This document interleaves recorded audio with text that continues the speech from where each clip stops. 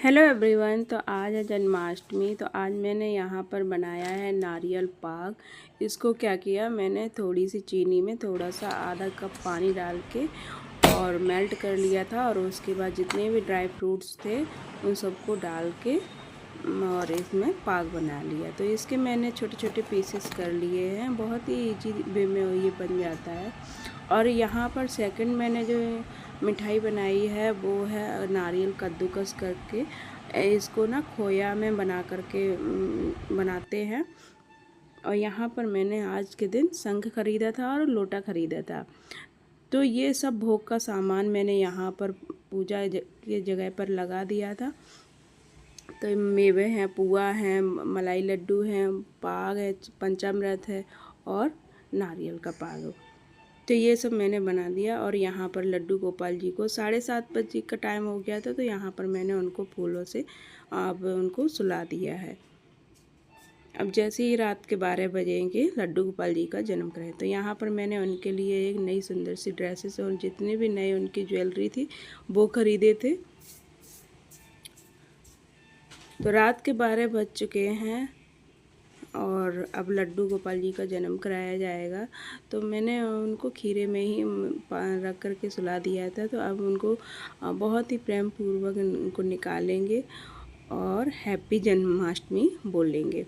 तो हैप्पी जन्माष्टमी बोल करके हमने यहाँ लड्डू गोपाल जी को निकाल लिया था। ये सब सारा जो काम है वो मेरे हस्बैंड ने ही किया था, मैं बस उनको बताती जा रही थी। तो एक पात्र में सबसे पहले लड्डू गोपाल जी को विराजमान कर लेंगे।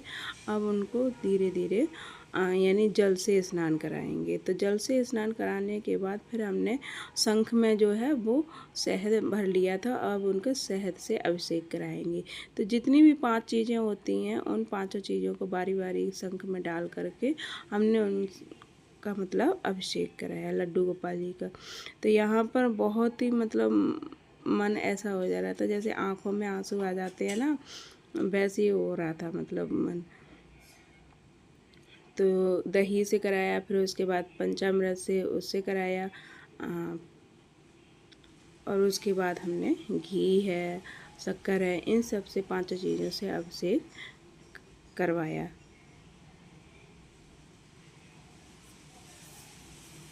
तो जब कोई फेस्टिवल आता है ना तो बहुत ही एक नई खुशी उमंग लेकर के आता है। तो जन्माष्टमी भी उन्हीं में से एक ऐसा फेस्टिवल है जो सभी घरों में लोग मनाते हैं, मंदिरों में भी मनाते हैं, झांकियाँ सजाते हैं। तो मैंने यहाँ पर ज़्यादा कुछ तो नहीं, बस थोड़ा बहुत बैलून्स वही मेरी बेटी ने फुला दिए थे, उन्हीं को डेकोरेट कर दिया था, उसी ने ही डेकोरेट ये सब किया था। तो अब लड्डू गोपाल जी को नया ड्रेस है वो पहनाएंगे और उनका मुकुट वुकुट लगाएंगे। तो सबसे पहले यहाँ पर उनका तिलक करेंगे,